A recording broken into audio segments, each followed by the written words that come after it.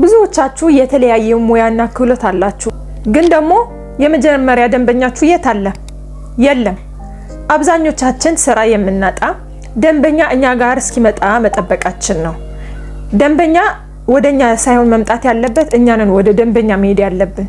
ዛሬ እናንተ ወደ ደንበኛ ሄዳችሁ በአጭር ጊዜ ውስጥ ገንዘብ የምትሰሩበትን 3 መንገዶች እነግራችኋለሁ። ሰብስክራይብ፣ ላይክ፣ ሼር ያደረጋችሁ ከኔ ጋር ቆዩ። እንኳን ወደ ዲጂታል ስኬት በሰላም መጣችሁ። ዛሬ የምናወራው ርዕስ ስለ ጽንሰ ሐሳብ ሳይሆን ቀጥታ ስለ ገንዘብ ማግኘት ብቻ ነው። ችሎታችሁ እንዴት ወደ ገንዘብ መቀየር እንደምትችሉ ስቴፕ ባይ ስቴፕ እነግራችኋለሁ። ዝግጁ ከሆናችሁ ወደ ቪዲዮ እንለፍ። አንደኛ ነፃ አገልግሎት ስልት ዘ ፍሪ ቱ ፔይድ ስትራቴጂ ይባላል። ብዙ ጊዜ የድርጅት ባለቤቶች፣ ደንበኞች ብዙ ልምድ የሌለው ሰው ብር ለመክፈል ይፈራሉ። ስለዚህ እናንተ ምንድነው ማድረግ ያለባችሁ?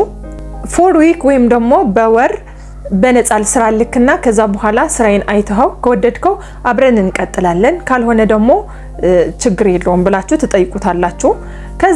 ከዛ ሰውዬ ምንም የሚቀነስ ነገር ስለሌለ ቀስሩት፣ ሞክሩት ነው የሚላችሁ። መጀመሪያ በምን መንገድ ነው ወደ ደንበኛው ስትሄዱ የምትናገሩት ነገር ልንገራችሁ። እናንተ ድርጅት እያዩት ነበረ፣ የምታቀርቡት ነገር አሪፍ ነው፣ ግን ደግሞ ሶሻል ሚዲያ ላይ የበለጠ ታዋቂ ብትሆኑ የበለጠ ደንበኛ መሳብ ትችላላችሁ። ለዚህ ነገር ደግሞ እኔ በነፃ ለ2 ሳምንት ወይም ደግሞ ለ1 ወር ልስራላችሁና ከዛ ከተስማማችሁ አብረን በክፍያ እንቀጥላለን፣ ካልተስማማችሁ ደግሞ ችግር የለውም ብላችሁ ለደንበኛው ራሱ ቀጥታ ሄዳችሁ አግኝታችሁት ታውሩታላችሁ ማለት ነው። ስለዚህ ይሄ ደንበኛ ምንድነው የሚያስበው?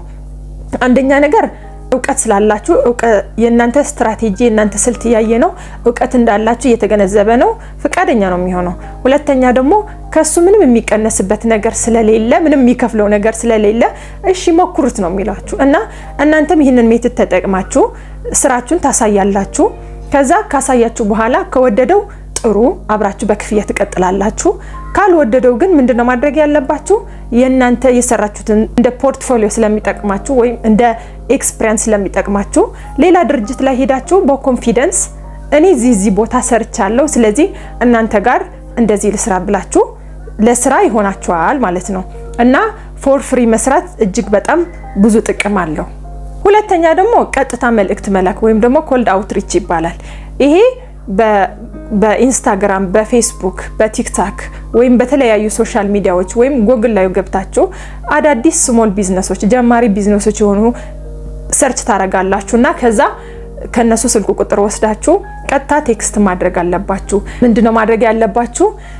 መጀመሪያ ድርጅታችሁ ሶሻል ሚዲያ ላይ አክቲቭ አይደለም፣ ስለዚህ እኔ ከዚህ ነው እንደዚህ አይነት ሙያ አለኝና ስለዚህ ርዕስ እንድናወራ መች እንገናኝ ብላችሁ ተጠይቁታላችሁ ማለት ነው በቴክስት። ከዛ እሱ ደግሞ ወይ አይመቸኝም ወይ ራሴ ደውላለሁ ምናምን ሊላችሁ ይችላል።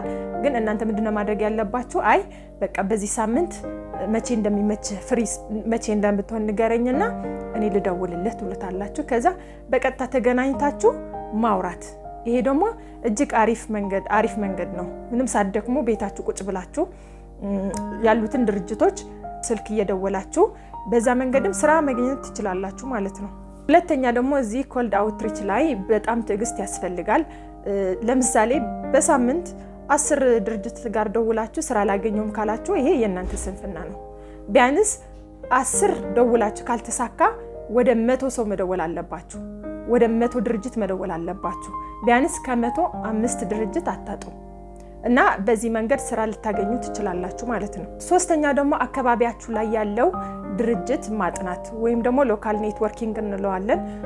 በእናንተ አካባቢ ላይ ያለው ድርጅቶች ስሞል ቢዝነሶች ሄዳችሁ ማነጋገር አለባችሁ። የምታውቋቸው ሰዎች፣ ዘመድ፣ በቅርባችሁ ያለው ነገር ሄዳችሁ ማነጋገር መቻል አለባችሁ። ስራችሁን ማስተዋወቅ፣ እኔ እንደዚህ እሰራለሁ፣ በዚህ መንገድ እሰራለሁ ብላችሁ ሰዎችን ብታስተዋውቁ ስራ ታገኛላችሁ። በተለይ የቅርብ ሰው ከሆነ ሊያሰራችሁ ይችላል ማለት ነው። እዚህ ጋር ማስታወስ ያለባችሁ ነገር የመጀመሪያ ደንበኛ እስከምታገኙ ድረስ ነው እንጂ የምትቸገሩት አንድ ስራውን ከሰራችሁ በኋላ ደንበኛ ራሱ ነው የሚያንኳኳ እናንተ ጋር ማለት ነው። እና መጀመሪያ እውቀት ብቻ ኑሯችሁ ምንም አይነት ልምድ ከሌላችሁ በዚህ መንገድ ስራ ማግኘት ትችላላችሁ ማለት ነው። እሺ አሁን ደግሞ አንድ ቻሌንጅ ሰጣችኋለሁ። በዚህ ቪዲዮ ኮሜንት ስር ለመስራት ዝግጁ ነኝ ብላችሁ ኮሜንት ጻፉልኝና ከዛ ከነዛ 10 ሰዎች መርጬ ፕሮፖዛል ለደንበኛ የሚላክ ስራ እንድትቀጠሩ የሚያደርግ ለደንበኛ የሚላክ ፕሮፖዛል ቴምፕሌት እሰጣችኋለሁ በነፃ። ደግሞ እዚህ ጋር እርስ በራሳችሁ ኔትወርክ ፍጠሩ። ምናልባትም ከናንተ ጋር መስራት የሚፈልግ አጋር ሊኖር ይችላል። ይህንን ቪዲዮ ደግሞ ደንበኛ ማግኘት ለሚፈልግ ጓደኛችሁ ሼር አድርጉለት። ቪዲዮውን ከወደዳችሁት ሰብስክራይብ፣ ላይክ፣ ሼር አድርጉ። ቀጣይ በአሪፍ ቪዲዮ ምርጥ ቪዲዮ ይዤ እመጣለሁ። ቀጣይ እስከምንገናኝ ሰላም ሁኑ። አብረን እናድጋለን።